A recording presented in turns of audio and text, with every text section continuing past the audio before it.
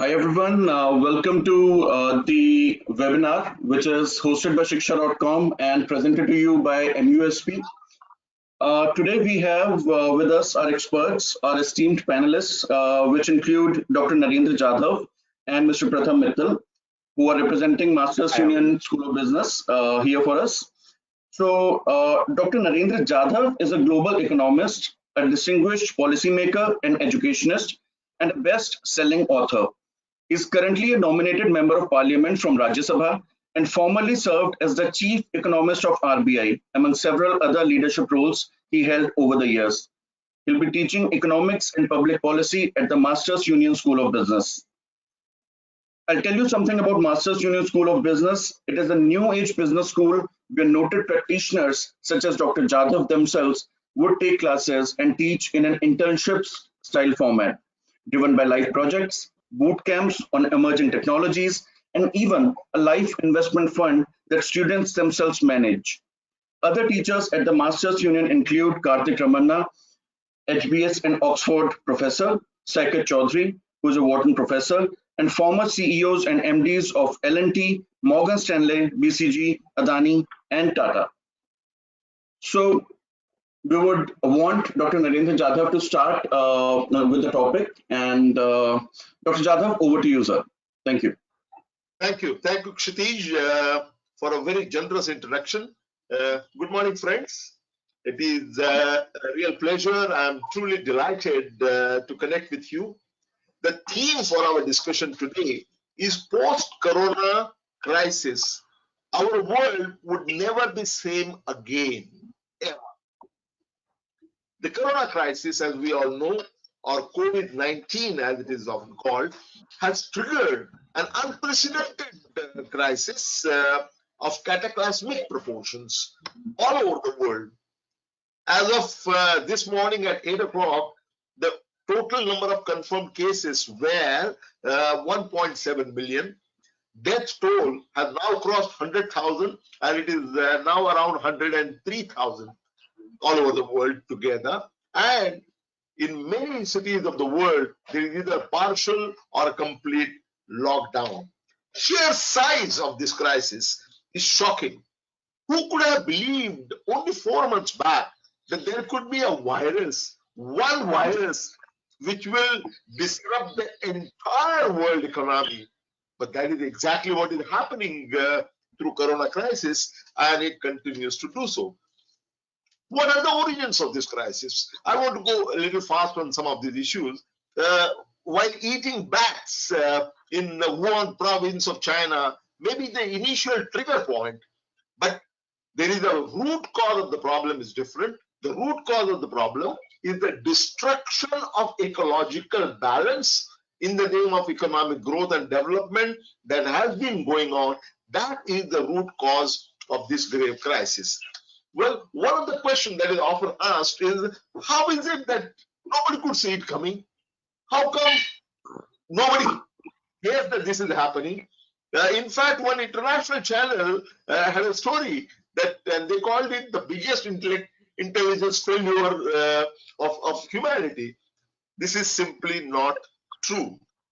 Matter of fact, Bill Gates, in one of his TED talks in the year 2015, and I would like to quote him, he said, if anything kills more than 10 million people in the next 2 decades, it would be a highly infectious virus rather than a war. It would not be missiles, it would be microbe. And what he called a greatest risk to global catastrophe. And he also gave the reason why that is going to happen. He said that while we have made huge investments in developing nuclear deterrent, we have not spent enough to develop systems that can face academics or pandemics. And this was the question that he asked in 2015. While his assessments were absolutely true, his predictions were absolutely true, I wonder, with all the resources at his command, why did Bill Gates himself not start that process? I wish he had. How is this crisis different? from all the grave crises that humanity has seen before. Uh, this crisis is different from all the human crises earlier in at least four respects. First is the speed of spreading. Uh, SARS took the Spanish flu, the great one in 1918. It took 263 days to spread all over the world. SARS took 130 days to affect first 1,000 people. COVID-19, on the other hand, took only 48 days to affect first 1,000 people. What it means is that the spread of this is phenomenal and it is going on in a geometric proportion. That is the first thing which is different about this crisis. Second thing is that this is bigger than any other economic crisis that we have faced since the Great Depression of 1929. Some people compare it with the crisis of 2008 when there was a global meltdown. Global meltdown was one shock in one country that had a spillover in other countries. This is 100 shocks of 10 times larger, 100 shocks at the same time all over the world. So they are not comparable at all. The third thing which is different about this crisis is that it is far more uncertain than the crisis that we have seen earlier. This is one crisis where we do not even know what we do not know. And we don't know how fast corona will spread. We also don't know whether the monster is going to come back again, as some people are talking about, in October or November of this year. Most importantly, we do not know when the vaccine would be developed. We also do not know when a definitive curative treatment would be available to masses. This is the third thing that is different. Fourth thing which is very different about this crisis is that typically when the crisis takes place, particularly the economic crisis, it is either on the demand side or from the supply side. This is one crisis which is hitting us, the world economy, from both demand side as well as supply side. And it is affecting manufacturing as well as services sector. That said, let's quickly have a rundown of what is the present status. This morning, the confirmed cases in the world were about 1.62 million, and out of this 1.62 million, the number of deaths so far, as I mentioned earlier, is about 103,000 or thereabout. The top 10, I don't want to go over the list, but in terms of the confirmed cases, US today morning crossed the 5 lakh barrier. It is 5 lakh and 3,000. Then comes Spain, then Italy, France, Germany, and China in that order. As far as the deaths are concerned, number one happens to be Italy with about 849 deaths. Second position now is United States. It has rapidly come up to the top level. It is at the second position, close second, 18,747 deaths so far. As far as India is concerned, this morning's number are about 7,600 confirmed cases, and the number of deaths are about 249. That is the picture at 8 o'clock this morning. Now, the biggest three states are Maharashtra number 1, Tamil Nadu number 2, and Delhi number 3. One of the reasons why such a large scale, the numbers are not large. We are not in the top 10, we are not even in top 20. The reason being that enough number of tests have not been done. We are increasing the number of tests, and so the number of cases might grow, might increase in future simply because we have more tests. And it is also partly the impact of the lockdown that has been very effectively been done. What is the impact of this crisis on the global economy? Let's compare this crisis with other crises. When Spanish flu took place in 1918, the global GDP had come down by about 6%. One estimate is that GDP of the world will come down by 2.2%. This looks small, but it is incredible in terms of the size and the capacity. When group of 20 systemically important countries, they control more than 75% of the world production. Then the 2020 was supposed to be about 2.3%. Now it has been revised to minus 2.2%. What does that mean? That means there is a swing, downward swing, extraordinarily large, and we still don't know. So it is very clear that we are heading towards, if not Great Depression, extremely big recession. So we're heading towards Great Recession. Country-wise, if you see, the Western Europe is supposed to be hit by about 6% of GDP will come down. US minus 2.8% would be the GDP growth rate.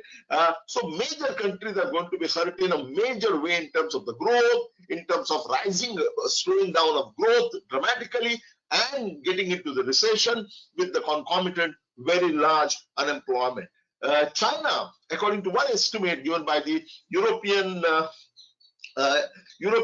Intelligence Unit, it says that India and China will do better as compared to the Western countries. They say that China will report a growth rate of 1% for this year, and India will report 2.1%. But please note that these numbers, Chinese numbers are very small as compared to what they did for a very long time, more than 10% growth.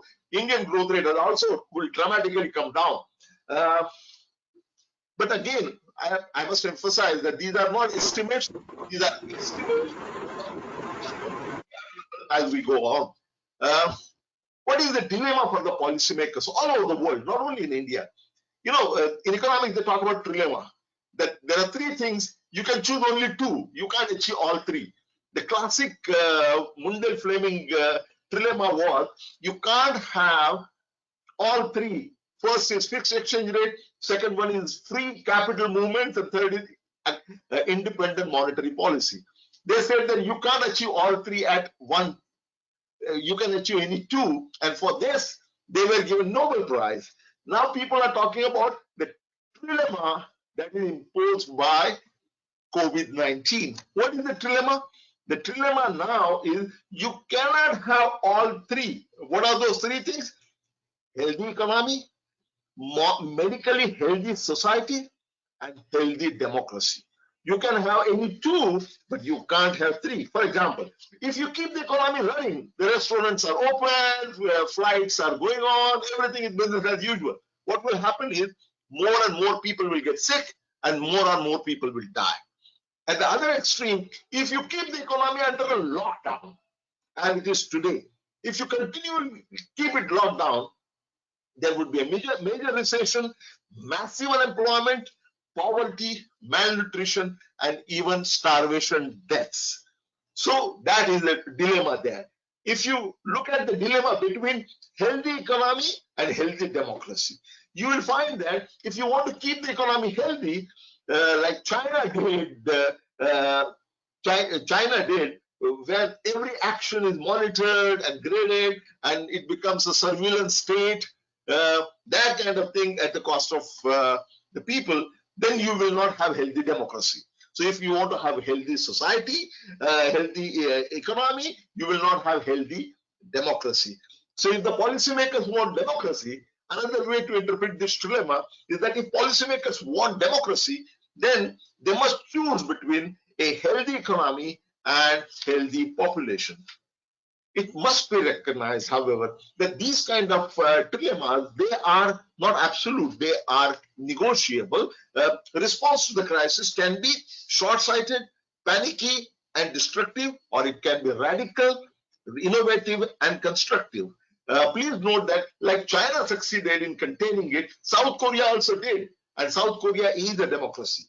So the response to the crisis would have to be absolutely must include widespread testing, contact tracing, which may, even though it entails certain loss of privacy. Clearly, while dealing with COVID-19, we must protect public health and also preserve at the same time social and political fiber of our country, of our lives. And this applies everywhere. What are the, very quickly, what are the non-economic impacts of COVID-19? Please note that this crisis is not a temporary rupture. This is not a blip. This is a change of trend. It is a turning point, and there is a major paradigm shift in our lives. Our world would never be the same again. Let's take a look at what happens to non-economic factors. What will be the geopolitical impact? First thing, the US has been weakening in terms of its global impact, and that process is going to be speeded up. It would be expedited because of this crisis. European Union has, its limitations in acting as a protective force for the entire Europe has already been proven to be a myth, and that would mean, these two things would mean that China will gain even more prominence than before, and this will in fact hasten the process of China achieving the number one slot in the global economy. Russia will also gain prominence. What does that mean? If China and Russia gain a lot of prominence, arguably it would not augur very well for the democracies of the world. What would be the social impact? Social distancing in future will be a rule. It will be a norm, not an exception as it is now. And no more hugs, no more shake hands, no more parties, no more big gatherings. All that is gone, I think. And wherever possible, activities will go virtual. By the way, do you know what is the word for social distancing? A good word in Hindi for social distancing is tanduri. Tanduri. So that will become a norm rather than an exception. So question that people will ask is that will not be, is it a reason to do this online? No, that is not the kind of question will be asked. In future, the question asked would be, is there a good reason to do this in person? So going viral, going virtual is going to be the reality. There would be a paradox of online communication. While the connectivity between people would be more, the distance between them would also be larger. In fact, everybody will feel safer because of this separating distance between them. And this is going to be the norm. What about technological impact? There would be a huge increase in telemedicine. Healthcare delivery services would completely change. Regulatory barriers on online tools will fall. More and more people will have to be allowed to work from home. Cyberspace issues will gain a lot of prominence. In fact, the UN Secretary General has only this other day said that this crisis shows how bioterrorism would unfold in future if it happens. What would be the effect on the government? Forget about no more minimum government, maximum governance. That is gone. It will be maximum government and maximum governance. Now, countries like India, new PSUs will come based on pharmaceuticals. And in USA, government itself will become a big pharma player, as I can see. What will happen to the democracy? Electronic voting will go mainstream. Voting by mail will become a norm rather than an exception. And there will be no such thing as election day. There would be election month, because counting votes which are sent by mail will take a long time. Eventually, one can even visualize that parliaments will go virtual. In India, parliament, 775 people come together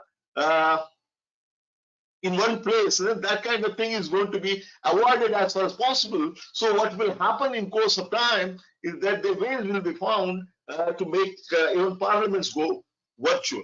So the whole life, the entire range of our life is going to be completely different from what it was for so long. That is why I say that our world will never be the same ever again.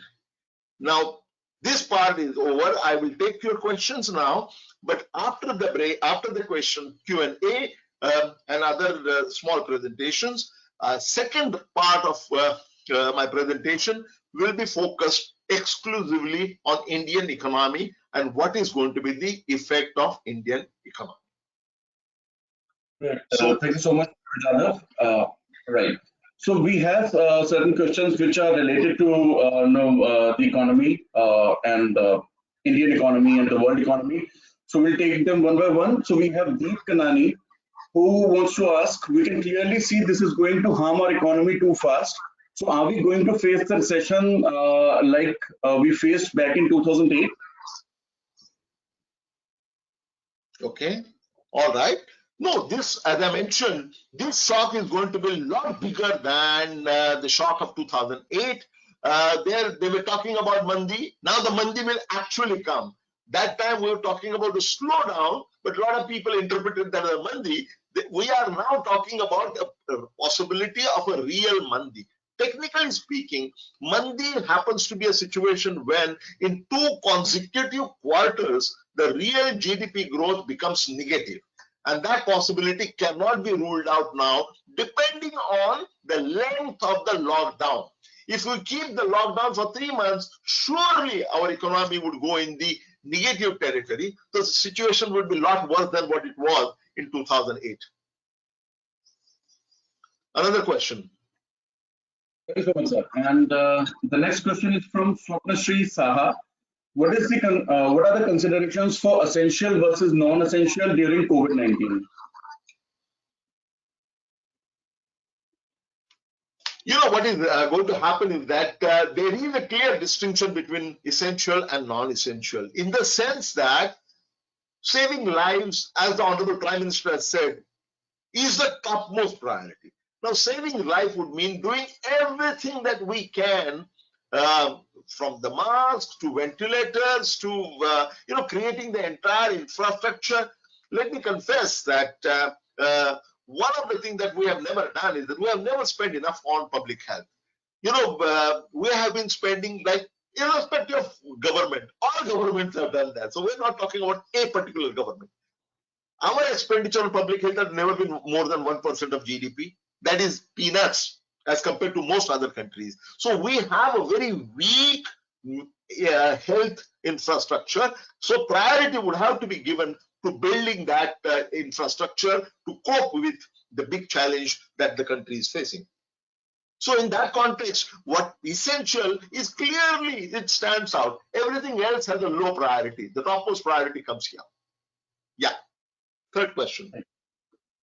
We have Swapnashree Saha again. So what do you think about proposals to expand IMF leading by issuing more SDR? Sorry, say that again, please.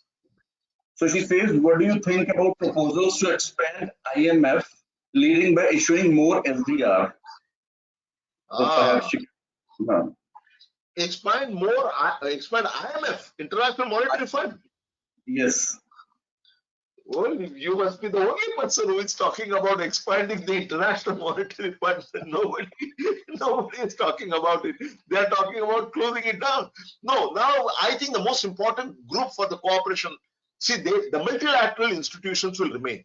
Three multilateral institutions: International Monetary Fund, World Bank, and WTO. These are the basic international mechanisms which will continue to work, jokes apart. However, the most powerful policy group today is G20. That is a group of 20, which has 20 systemically important countries in the world. They come together, and they had a first time, they had a virtual meeting of all G20 leaders, and they have taken some important decisions. So increasing the world economic and other medical cooperation is the order of the day, and that is being done with the systemically most important countries. Well, friends, I have to take a break here. It is abundantly clear, friends, from the discussion we have had so far, and we are going to continue this discussion. It should be abundantly clear that we need more effective managers now to handle the situation. And I believe that Masters Union could be extremely useful in this process of creating such professionals. I am delighted to share with you that I will be a part of teaching and mentoring at Masters Union. Over to you, my friend. Over to you. Thank you so much, Dr. Jadhav. So now I would like to introduce Mr. Pratham Mittal. Mr. Pratham Mittal is the project director at Masters Union School of Business, and he's an entrepreneur who founded the Neta app and Outgrow, which is a software company. Pratham is a graduate of the Doon School and Wharton School of Business. So, Mr. Pratham, I would like you to introduce Masters Union to our attendees and now talk about it. Thank you. Sure, I'll just take a quick minute. So thank you, Professor Jadhav. This has been really interesting and really exciting. I wish this wasn't the case, and I wish we were talking about much more pleasant things.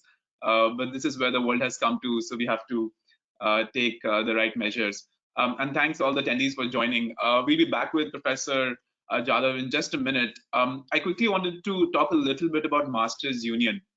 And as you know, Masters Union is a business school where real practitioners, such as Dr. Jadhav, come and step into the classroom and teach. So rather than having career academics, rather than having professors who might not have worked in the industry coming and teaching, we actually have industry folks coming in and teaching. So just to give you a few examples, we have CEOs and MDs and presidents from L&T, Morgan Stanley, BCG, Adani, Tata Group, etc., either on our board or actually taking classes.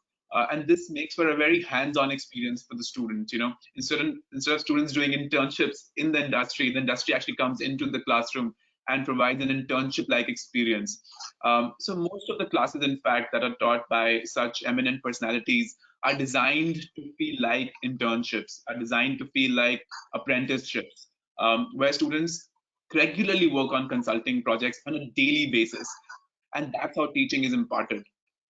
And most importantly, we have unique industry interventions that make sure that you get a hands-on experience. And most importantly, just to give you two examples, every student gets an industry mentor, one-on-one, right, for the entire duration of their 16 months PGP program, right? So every student gets partnered with one industry mentor, someone like Professor Jadhav, someone like an MD of L&T, and they work with them to make sure that their career trajectories are figured out properly.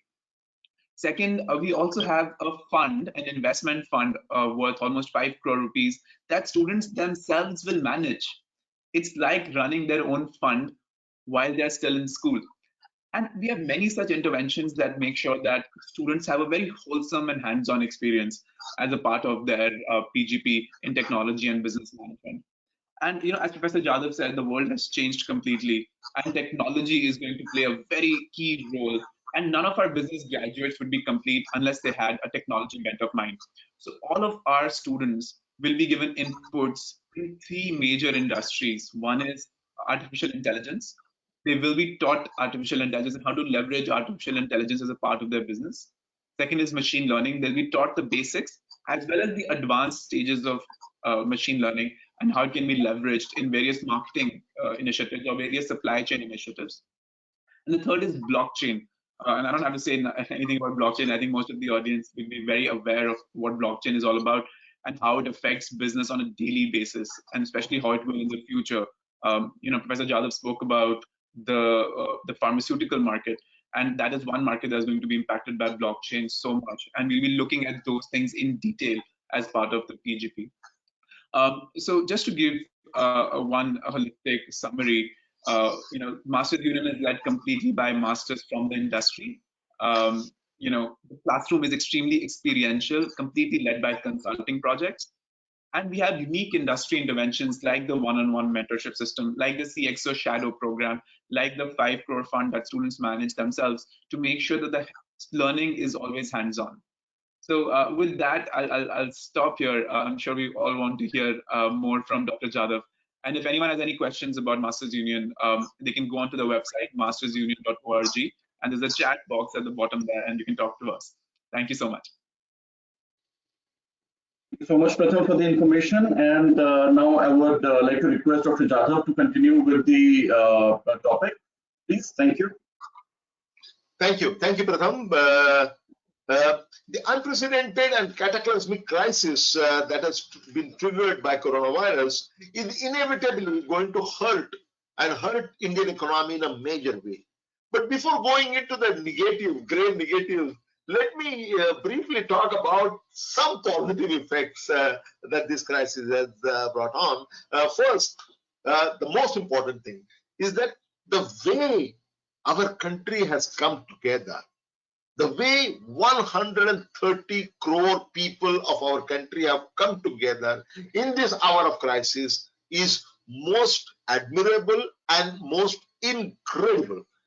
Of course, there were some ignoble exceptions, but the overwhelming majority has come together as one people. The credit, of course, goes to the Honorable Prime Minister, who has made this into a mass movement. It is not a war between the government and coronavirus. This is a war between 130 people. This is a war of humanity against a deadly virus. And that's why it is to his credit that the Honorable Prime Minister has made this out as a mass movement to which everybody has supported. We as a people have proven once again that in normal times we keep fighting with each other. But when there is a real crisis, then we all get together and we address that crisis as one people. And then we succeed in converting that crisis into an opportunity. And it remains to be seen, but I am very hopeful that the same thing will happen here. Although this crisis is much, much bigger than the earlier crisis. The second positive outcome, incidentally, is that favorable impact on the environment. In Delhi, where we all stay, at least I say, the air quality index can go anytime up to 500 or even more, while the international norm is 25. In the last few days, if you see, it has been, air quality index has been in the range of 25 to 30, and if it rains, it one day came down to 7 or 8. So that is the positive fallout of this crisis. That's it.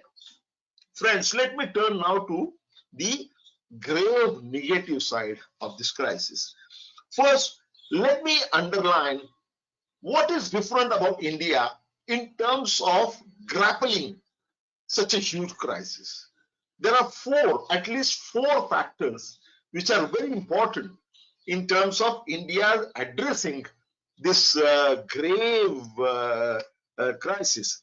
First, before this crisis hit Indian economy was already slowing down. So that doesn't augur very well. Already slowing down economy, and then comes a massive shock. The second one, as which I mentioned earlier, India has a very weak public health infrastructure arising from the fact that year after year, plans after plans, we have never spent more than 1% of GDP by the central government on public health. Third, presently, in the last few months at least, there has been, our financial sector has been very weak and under trouble. It is not a robust financial sector that once it was. So that is the third factor that we have to take into account. Fourth one, Indian economy has an exceptionally large informal sector, and this informal sector has exceptionally large migrant labor, which are very, very, very vulnerable. Now, after the historic speech by the Honorable Prime Minister on March 24th, announcing the lockdown from the midnight, number of things happened. Unfortunately, there was a confusion in the initial first 2 days.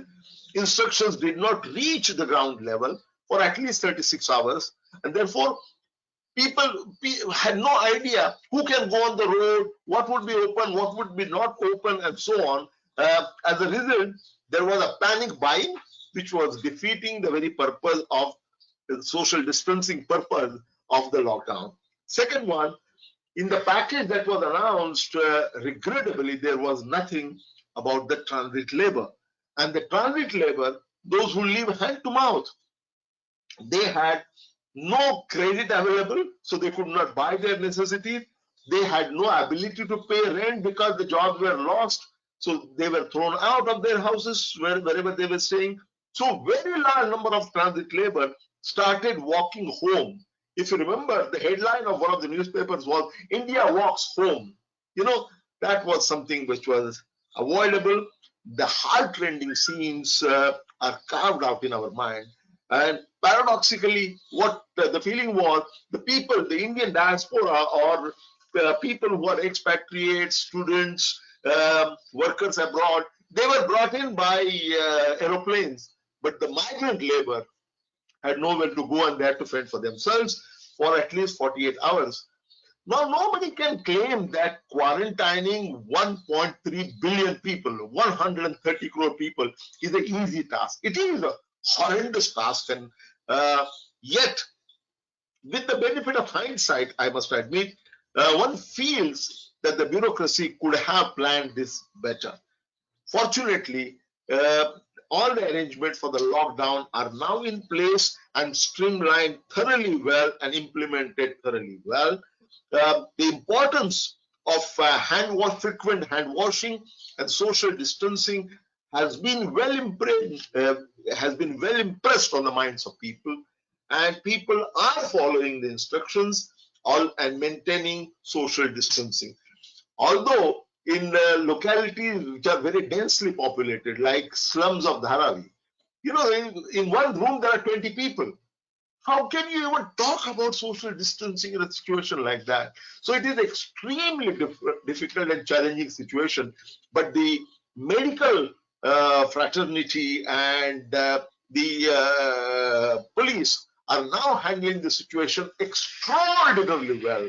And we should all, you know, say kudos to all of them, what they are doing. Now, economic impact implications for India of this crisis.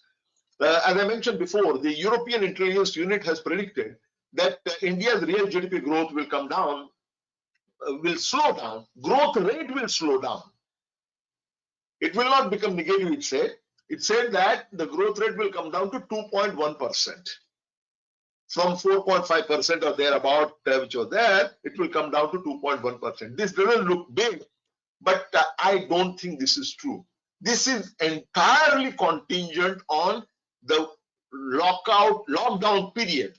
If the lockdown period is 3 months, there is no way that economy would grow by 2.1%. Economy would have to be in the negative territory. But it all depends on the length of the lockdown.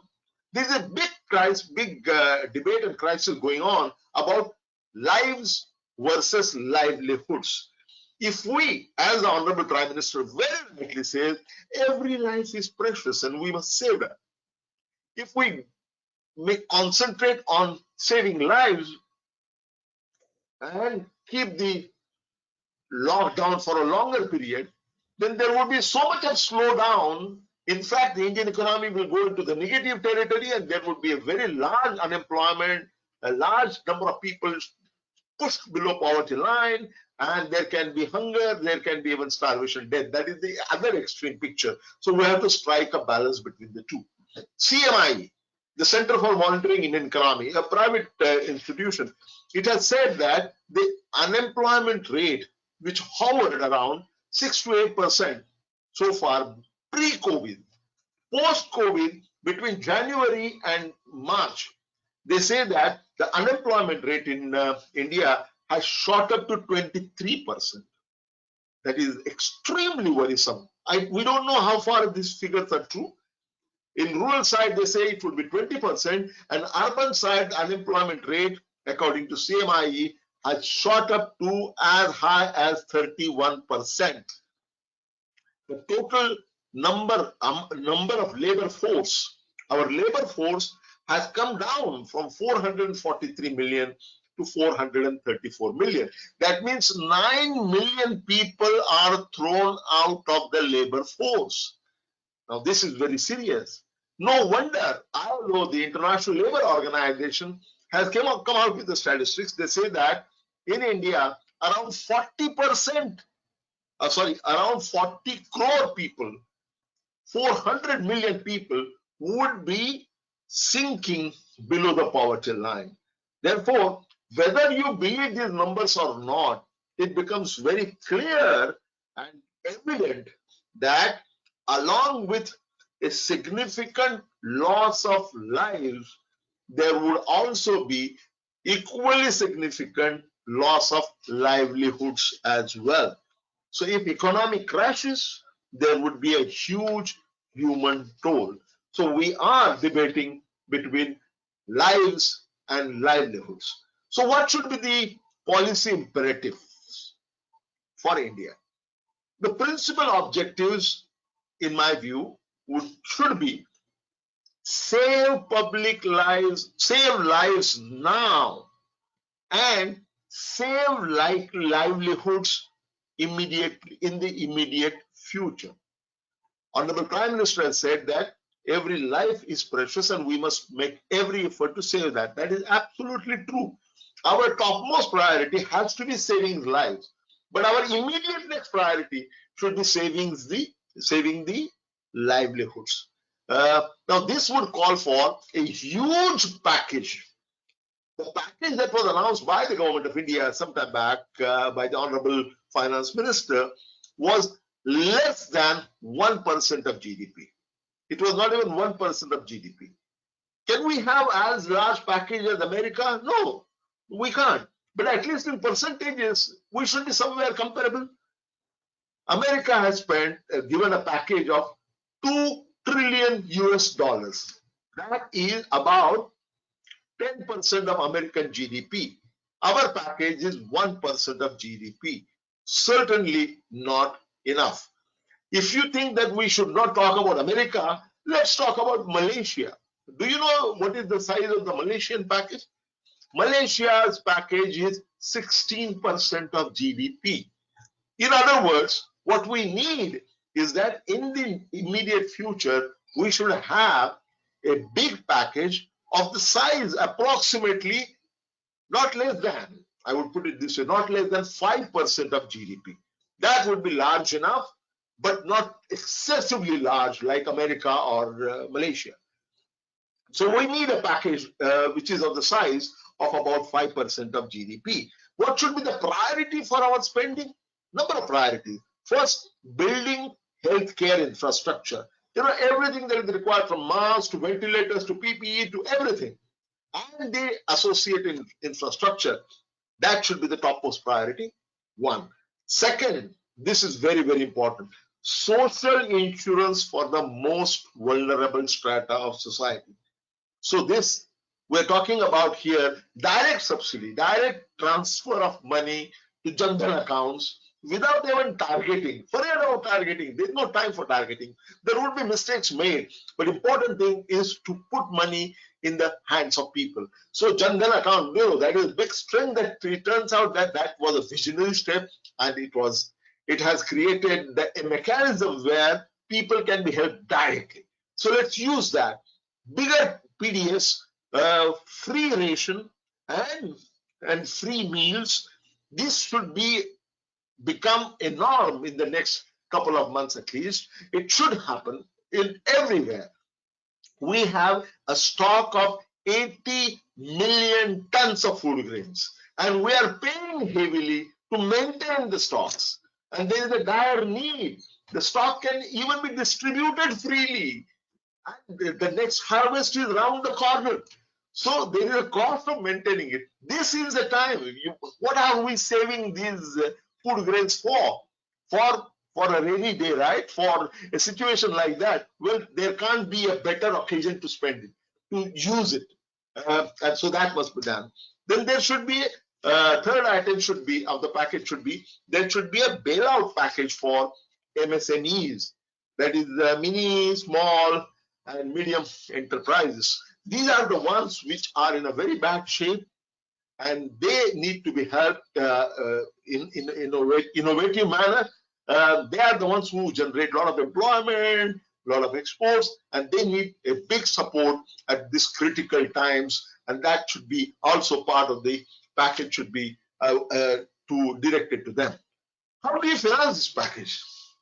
There are a number of ways of financing this package. First of all, The PM Cares Fund is a very, very good idea, and very large number of people, the high net worth individuals have responded, companies, corporations have responded, they have given a lot of money. I think we have to go further. And I have suggested a scheme to the government that 1,000 and multiples of 1,000, even ordinary people, middle class people, lower middle class people will be willing to give 1,000 rupees or multiples thereof. If 1% of Indian population gives 1,000 rupees, we still have 13,000 crores. So that could be one chunk. But other than that, there are a number of policy steps that we need to take, which is relaxing FRBM, that is the Fiscal Responsibility and Budget Management Act. We should keep that act aside now and let the fiscal deficit rise.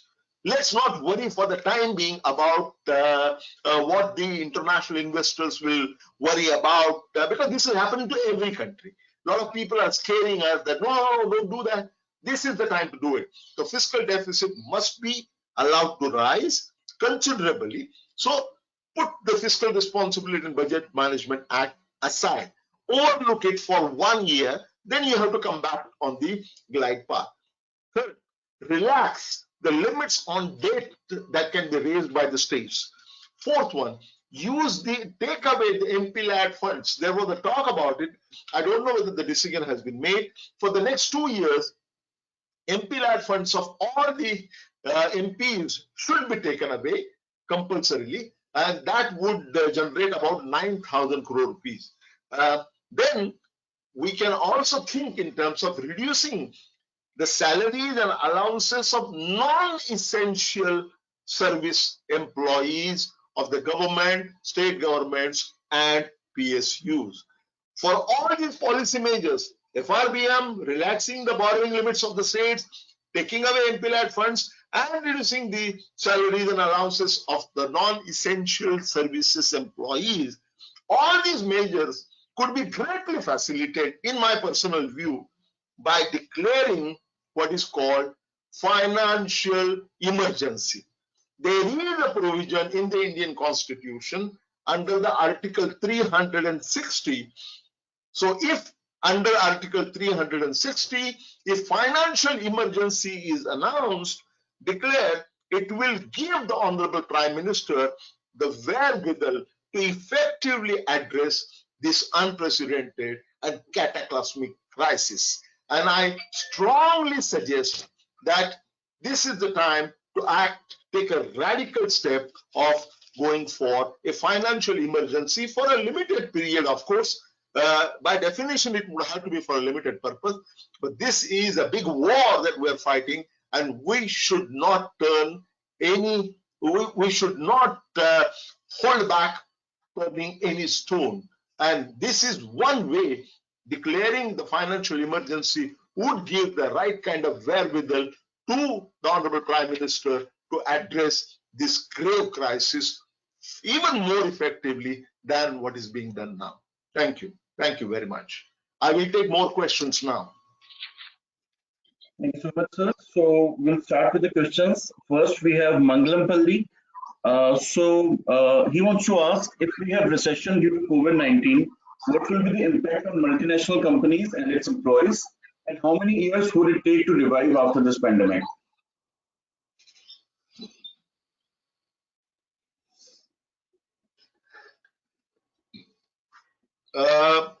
It's, at this point of time, we can only talk about guesstimates, but let's talk about multinational companies.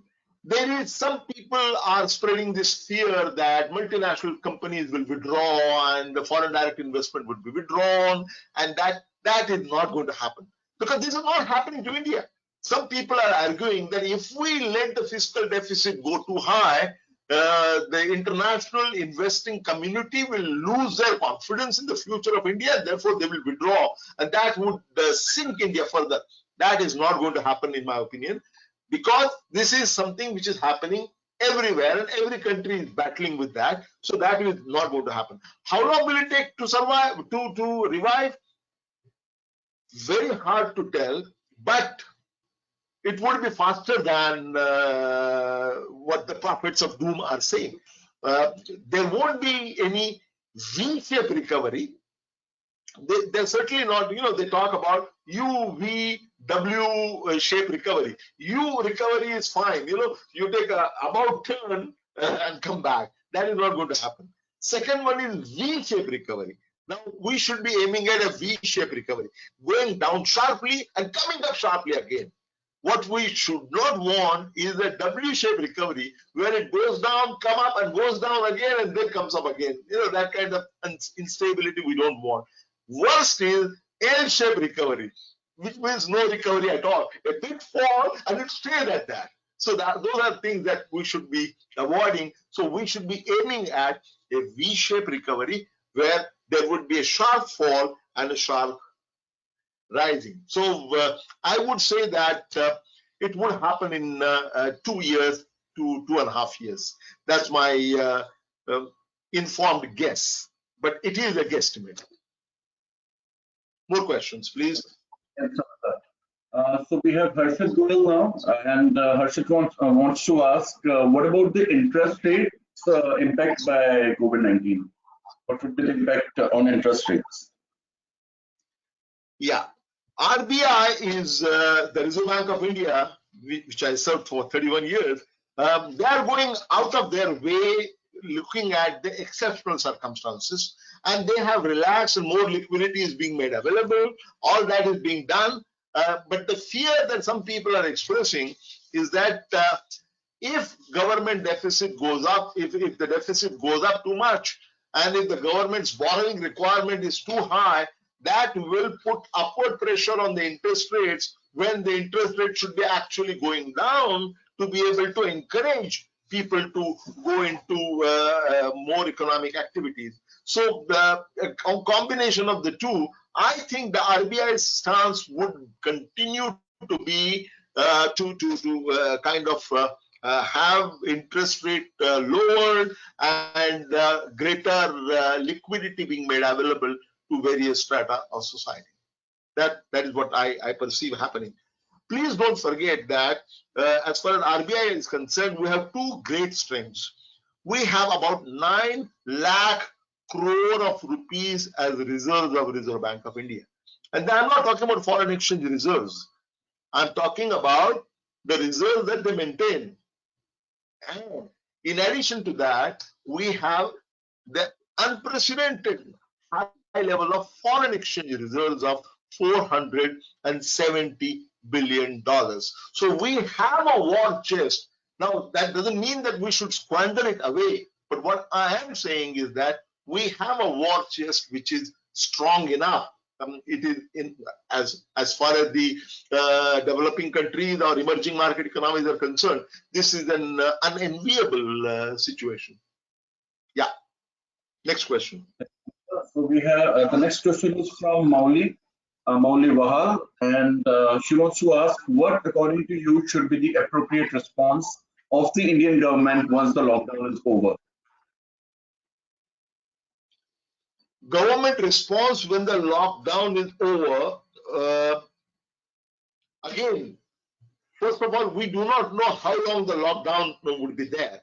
And as I mentioned in my presentation, longer the lockdown, lower will be the economic growth and more difficult it would be to come out. While we will succeed in saving a lot of lives. So there is a trade-off that the policymakers are trying to manage. So after the lockdown is over, when it gets over, I do not think we should jump into making crowds.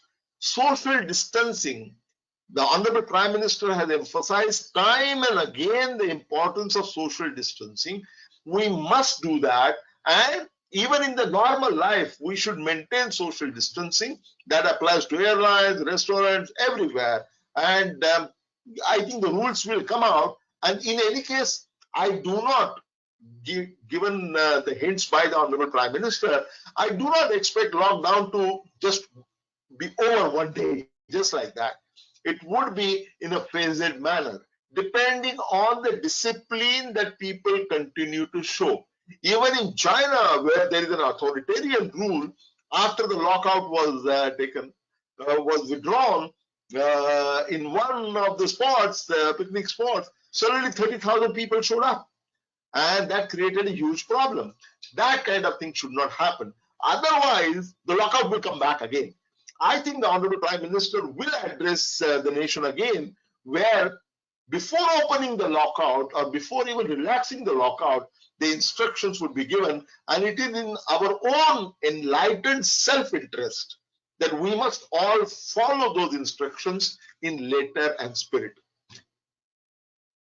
Next question, please. So the next question is again from Molly, and she wants to ask, how do you think COVID-19 breakout has impacted the dominant power of US? Say that again. COVID-19. What about US? So how has COVID-19 impacted the dominant power of United States in the world? Okay. I'm sorry to say that US has not responded the way they should have. For a long time, they kept saying that this is no issue, no problem at all. And President Trump was taking it very lightly. If you go at his public statements, he did not take it seriously at all. Now the information has come out in New York Times and elsewhere that he was warned way back in December. In November, in fact, he was warned, and it was a part of his daily briefing for quite some time, but it was ignored for a long time until it really went out of hands. Now, the Americans have largest number of people affected, more than 5 lakh people. This morning number was 5 lakhs and 3,000. And they also have the second largest deaths in the world, next only to Italy. Italy has the maximum losses of life, and next to that is United States. Both of them are in the range of 18,000 plus. And in my opinion, in the next 3 days, US will be number 1 in terms of the deaths as well. This is the cost that they are paying for inaction. As compared to that, we should thank our government that we acted, and we acted fast. We could have waited longer, but that would have been an unmitigated disaster in a country like India, which is so densely populated. So we have responded well. America did not. They are suffering. In fact, the medication, as you know, India has now again, we all as Indians should feel proud that we have again gone to achieve a status, as South Asia Monitor says today, that we have again achieved a status of a humanitarian power in terms of giving the medical assistance to every country that wanted it, including United States. If you remember, the president of United States actually threatened that if you don't give us medicine, we'll take some action. So we have given it to them and many other developing countries as well.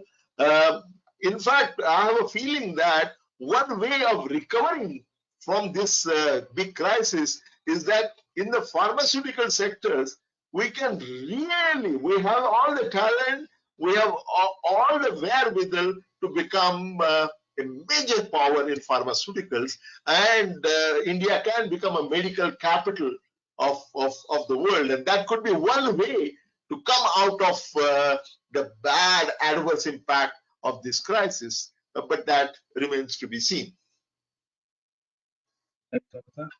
Now we have Dipansh Agrawal who wants to ask, apart from direct cash transfers, what are the different ways that government can alleviate the suffering of the poor? And should we launch a stimulus package on the lines of US and Italy for businesses? And if that has to happen, what would happen? Considering our fiscal deficit is already high. And do you expect a retail loan crisis in India because many people would lose their jobs going to this crisis? Yeah, a very good question. We should not follow America as far as the package is concerned.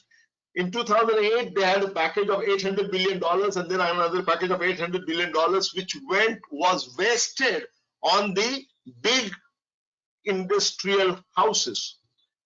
even this time, the benefit is large amount of benefit is going to the large corporations, so as to persuade them not to lay off people. But they are laying off people and taking the advantage. I don't think we should be doing that. Our package should be focused, as I said, on the medical infrastructure and everything that needs to be done. There should be no budget constraint at all as far as the medical sector is concerned. One. And second, what we should be doing is focusing on the vulnerable strata of society, which is very large: transit labor, unemployed, those who have newly lost jobs, and those who are homeless. And there is a very large bottom of society which is in the need of a crying help. And this package is important to help them survive, stand up again, and be part of functioning and rising economy. Thank you so much, sir. And now we'll move on to the last question, which is, how would the manufacturing sector get impacted because of this breakout? And a lot of startups are affected because of COVID-19. So what can they do to bounce back? Manufacturing, it has to go case by case basis. It's not possible to talk about manufacturing sector at a large in one go. Certain sectors will do very well. Many sectors are going to be affected very badly, but it is very clear that they will have to completely change their style of functioning in view of the changes which have taken place.